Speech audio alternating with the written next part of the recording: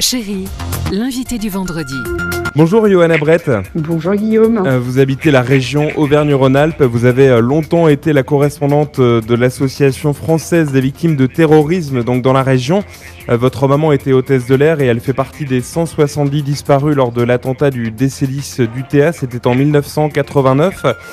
Vous étiez partie civile lors du procès des soupçons de financement libyen de la campagne de Nicolas Sarkozy, dont on a beaucoup parlé lors du procès en début d'année et puis surtout la semaine dernière à l'occasion du jugement, puisque le jugement est tombé. Est-ce que, Johanna, vous pouvez nous expliquer un petit peu le lien entre le crash d'avion dans lequel votre maman a disparu il y a 36 ans et puis cette affaire qui concerne l'ancien président de la République? Alors il y a 36 ans, en effet, ma mère était hôtesse de l'air sur la compagnie UTA et l'avion dans lequel elle travaillait a explosé au-dessus du désert du Ténéré sous l'égide du régime de Kadhafi et notamment de son beau-frère Abdallah Senoussi qui était le responsable des services secrets à l'époque. Et il se trouve que le lien se fait avec la campagne de Nicolas Sarkozy de 2007 car il est parti à la recherche de financement et pour ça il a choisi de pactiser avec le régime de Mouammar Kadhafi. Et pour pouvoir obtenir ces fonds, illégalement évidemment, l'une des choses qu'il a plus ou moins promis, ou en tout cas qui faisait partie du pacte corruptif, c'était de réétudier, je reprends exactement les mots du jugement, réétudier la situation pénale d'Abdallah Senoussi contre qui courait encore un mandat d'arrêt international. Et d'ailleurs on parle de Nicolas Sarkozy dans cette affaire, mais il y a d'anciens ministres de Nicolas Sarkozy, dont Brice Hortefeux qui est encore aujourd'hui conseiller régional de la région Auvergne-Rhône-Alpes. Alors je précise que Nicolas Sarkozy a été relaxé des faits de corruption mais reconnu coupable d'association de malfaiteurs. Est-ce que justement à travers ce jugement vous avez, vous, fille de victime, l'impression d'avoir obtenu quelque part une forme de justice? Alors nous on y allait pour trois choses. La première c'est qu'on avait quand même besoin d'être entendu enfin par un tribunal. C'était important pour nous de pouvoir expliquer notre vérité. La deuxième chose c'était qu'effectivement on était en recherche de vérité et en tout cas de personnes qui étaient en mesure de nous expliquer ce qui s'était passé. Donc pour le premier point, effectivement, on a été plutôt satisfait. Pour le deuxième, absolument pas. Il faut savoir que Brice Hortefeux ou Claude Guéant, qui sont quand même les personnes qui sont allées en Libye, c'est les mains d'Abdallah Senoussi, sans prévenir leur sécurité, sans prévenir les ambassades, sans prévenir ne serait-ce qu'un traducteur. Ces gens-là n'ont pas eu un regard pour nous, pas un mot, pas une explication rationnelle, et ça a été bien rappelé par la juge qu'effectivement il n'y avait rien de logique dans leurs explications. Et la troisième chose pour laquelle on y était, c'était effectivement pour que soit reconnu au sein d'un tribunal le fait qu'il y avait bien eu une mauvaise façon d'agir. Donc effectivement, il y a eu cette association de malfaiteurs qui a été reconnue. Et je précise qu'effectivement, Nicolas Sarkozy a été blanchi pour la corruption, mais il n'a été blanchi que parce qu'à l'époque, Monsieur Sarkozy n'avait pas de mandat électif. C'est-à-dire que pour pouvoir être accusé et condamné pour corruption, il faut être dépositaire de l'autorité publique, ce qui n'était pas son cas. Mais il a bien été reconnu dans l'enceinte du tribunal qu'il y avait bien eu un pacte corruptif, quoi. Alors justement, vous étiez présente encore la semaine dernière lorsque le jugement est tombé pour Nicolas Sarkozy et pour les autres. Peut-être effectivement la partie la plus spectaculaire concerne Nicolas Sarkozy puisque c'est un ancien chef de l'État et que c'est quand même assez symbolique.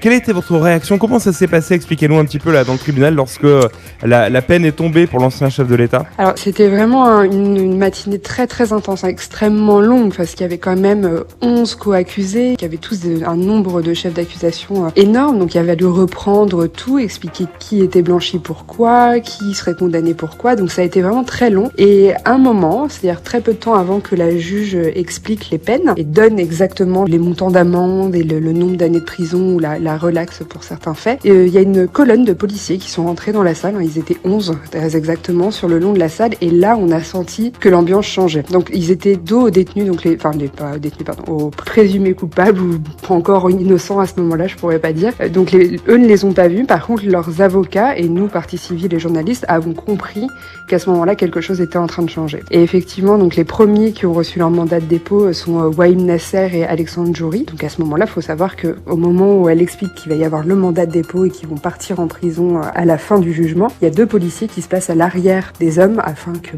je sais pas, ils s'échappent pas ou qu'il n'y ait pas une réaction disproportionnée. Donc ça, c'est une scène qui pour nous a été extrêmement violente parce que en tant que citoyen lambda, on n'est pas du tout habitué à avoir ce genre de choses. Donc c'est dur à apprécier, c'est dur de comprendre, de mesurer vraiment ce qui est en train de se passer. Et puis d'arriver le moment pour Nicolas Sarkozy où effectivement le coup près tombe et elle annonce les 5 ans de prison, donc ce qui était moins que ce qui était requis par le parquet. Donc bon, on entend, et puis là on entend mandat de dépôt, donc tout le monde a inspiré extrêmement fort parce que la plupart d'entre nous étions vraiment et sincèrement surpris qu'il y ait un mandat de dépôt. Et après, elle explique qu'il va être différé, donc c'est-à-dire qu'il ne va pas être incarcéré tout de suite, mais sera convoqué le 13 par le parquet national financier afin de lui expliquer quand est-ce qu'il sera incarcéré. Donc c'était vraiment très intense. Vraiment, c'était un moment, que je qualifie d'historique, parce qu'effectivement c'est un ancien président de la République, mais aussi il se passe quelque chose dans cette salle où il y a une prise de conscience globale qui est énorme. Et pour preuve, toute la famille Nicolas Sarkozy était là pour le soutenir. Ça avait quelque chose de...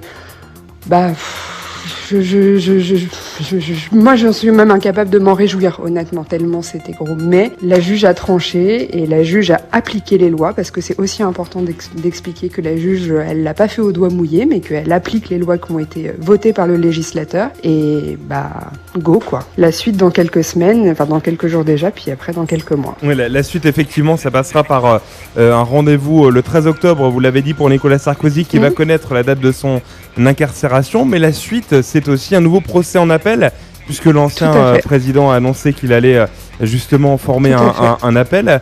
Donc est-ce que vous attendez de nouveau à suivre l'audience, à être présente justement dans le cadre de ce nouveau procès au nom justement des enfants ou des proches de victimes de l'attentat du Décédis du TA? Oui, tout à fait. Moi, j'y serai et on sera, je pense, encore nombreuses sur les bancs, parce que nous avons choisi également de faire appel. Alors, ce que ça veut dire concrètement, c'est-à-dire qu'on réouvre le procès sur la même durée que le premier. Donc, on est parti pour 3 mois d'audience à nouveau, mais également pour des moments très forts qui ont été pour nous très intenses aussi, et notamment la journée de témoignage, donc c'est-à-dire se retrouver à la barre à nouveau face au juge, face à ces hommes, souvent yeux dans les yeux, ou en tout cas au moins avec une très grosse proximité physique, car on se retrouve quand même à moins d'1 mètre d'eux au moment où on témoigne, pour leur dire à quel point, oui, on a été déçus, à quel point ça a été préjudiciable de savoir que notre démocratie, notre république était capable de pactiser avec le pire, et puis de marcher sur les tombes de nos morts, comme on a eu tendance à dire. Donc pour nous, c'est hyper important, parce qu'il faut savoir quand même qu'en 2007, à l'époque où ces hommes pactisaient avec le régime de Kadhafi, Monsieur Sarkozy venait, nous, à nos commémorations, nous dire à quel point il serait toujours à nos côtés, à quel point un État terroriste n'avait pas sa place en France, et à quel point il fallait être courageux. Moi, il m'a posé physiquement la main sur l'épaule pour me dire qu'il fallait bien grandir et qu'il fallait être courageuse. Et donc cet affront, ce mépris, il est toujours pas lavé, et on sera en appel pour pouvoir redécortiquer le sujet comme il faut. Merci beaucoup, Johanna Brett, d'avoir été avec nous. Je rappelle donc que vous êtes la fille d'une hôtesse de l'air disparue en 1989 avec 169 autres personnes dans le cadre de l'attentat du Décédis du TA. Merci d'avoir répondu à nos questions aujourd'hui. Eh ben, je vous en prie. C'était un plaisir d'échanger, et puis c'était important pour moi de pouvoir m'exprimer en tant que partie civile, parce qu'on n'a pas encore beaucoup la chance d'être pris à partie. Donc c'est important. Merci beaucoup. Et c'était important pour nous de vous donner la parole. Merci à vous. Merci.